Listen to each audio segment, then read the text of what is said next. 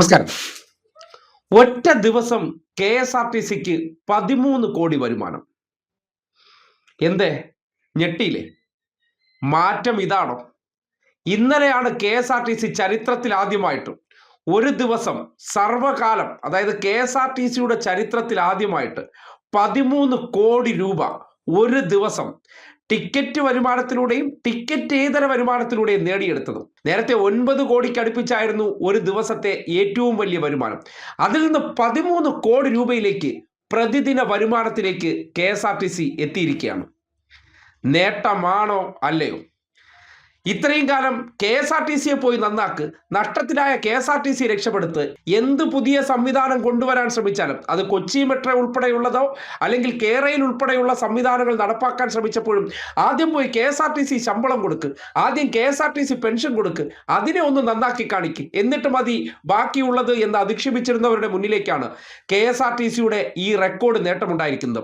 5-ാം തീയതിയാണ്, അതായത് ഇന്നലെയാണ് ഇങ്ങനെ ഒരു നേട്ടം KSRTCക്ക് കൈവരിച്ചിരിക്കുന്നത്. അത് ടിക്കറ്റ് വരുമാനത്തിലൂടെ 12.18 കോടിയും ടിക്കറ്റേതര വരുമാനത്തിലൂടെ 0.89 കോടി രൂപയും കൂടി ചേർത്ത് വയ്ക്കുമ്പോഴാണ് 13.1 കോടി രൂപയുടെ വരുമാനമുണ്ടായിരിക്കുന്നത്. കേരളത്തിലെ 10 വർഷം കൊണ്ട് എന്തൊക്കെ മാറ്റമുണ്ടായി എന്ന് ചോദിക്കുന്നവരുടെ മുന്നിലേക്ക് അഭിമാന പുരസ്കാരം എടുത്ത് വയ്ക്കാൻ പറ്റുന്ന പദ്ധതിയായിട്ട് KSRTC മാറിയിരിക്കുകയാണ്. കൊറോണ കാലത്ത് ഉൾപ്പെടെ അടഞ്ഞു കിടന്ന സമയത്ത് നഷ്ടം കയറി നാമാവിശേഷമായ KSRTCയിൽ മന്ത്രി KB ഗണേഷ് കുമാർ അധികാരമേറ്റതിന് ശേഷം നടപ്പാക്കിയ അത്യാധുനിക പരിഷ്കാരങ്ങൾ, ആ പരിഷ്കാരങ്ങൾ ഫലം കണ്ടിരിക്കുന്നു. KSRTC സ്വയം പര്യാപ്തതയിലേക്ക് പതിയെ നടന്നു കയറുകയാണ്. എന്തായാലും അസൂയാലുക്കൾക്ക് സഹിക്കില്ല എന്നറിയാം, കേൾക്കുമ്പോൾ വല്ലാത്ത ചൊറിച്ചിലുണ്ടാകുമെന്നറിയാം.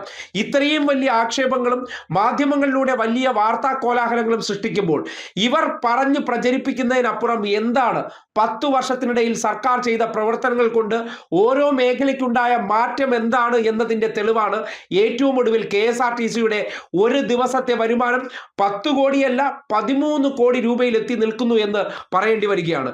എന്തെല്ലാം ആധുനിക മാറ്റങ്ങൾ, പുതിയ കാലഘട്ടത്തിന് അനുസൃതമായിട്ടുള്ള ഗതാഗത പരിഷ്കരണങ്ങൾ, അതിനുവേണ്ട വാഹനങ്ങൾ, ഒപ്പം തന്നെ സർക്കാർ കൂടി സഹായിച്ച് KSRTC നടുവളഞ്ഞിടത്ത് നിന്ന് ഗണേഷ് കുമാറിൻ്റെയും അവിടുത്തെ ജീവനക്കാരുടെ എല്ലാം കൂടി ഒരുമിച്ചുള്ള പ്രവർത്തനങ്ങൾ അല്ലെങ്കിൽ കൂട്ടായ പ്രവർത്തനങ്ങൾ, KSRTCയുടെ പലതരത്തിലുള്ള ചിലവുകളും കുറച്ച് അവർ നടത്തിയിട്ടുള്ള കൂട്ടായ പ്രയത്നത്തിന്റെ ഭാഗമാണ് ഇങ്ങനെ ഒരു നേട്ടമെന്ന് പറയേണ്ടി വരികയാണ്.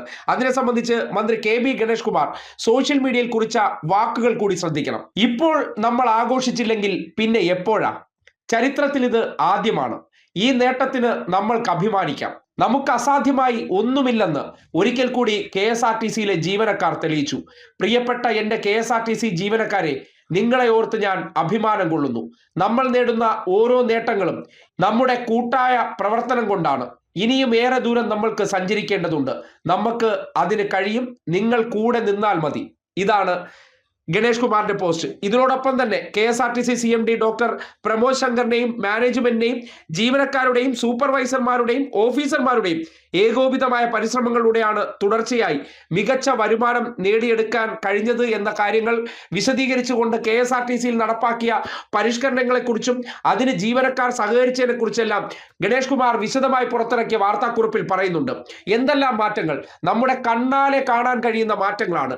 വാക്കുകൾ കൊണ്ട് വെറുതെ ഗീർവാണങ്ങൾ അടിക്കലല്ല.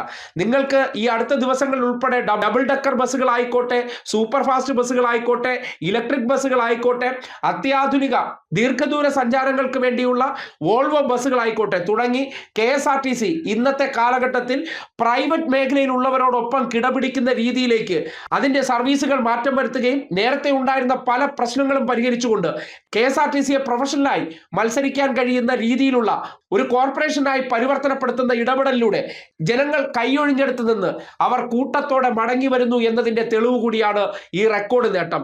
ഇതൊക്കെയാണ് കഴിഞ്ഞ 10 വർഷത്തിനിടയിൽ ഈ നാട്ടിൽ കണ്ണിന്റെ മുന്നാലെ കാണിച്ചു തന്ന വലിയ നേട്ടങ്ങളെന്ന് പറയേണ്ടി വരികയാണ്. എത്രത്തോളം നിങ്ങൾ മാധ്യമങ്ങളെ ഉപയോഗിച്ച് ആക്ഷേപിച്ചാലും കുപ്രചരണങ്ങൾ നടത്തിയാലും വിവാദങ്ങൾ സൃഷ്ടിച്ചാലും സത്യങ്ങൾ അല്ലാതായി മാറില്ല. ഏറ്റെടുത്ത ഉത്തരവാദിത്തങ്ങൾ, ചെയ്ത പ്രയത്നങ്ങൾ, അതിനുവേണ്ടിയുള്ള നിരന്തര കഠിനാധ്വാനം, അതിന്റെ ഫലം കാണുന്ന സന്ദർഭമാണ്.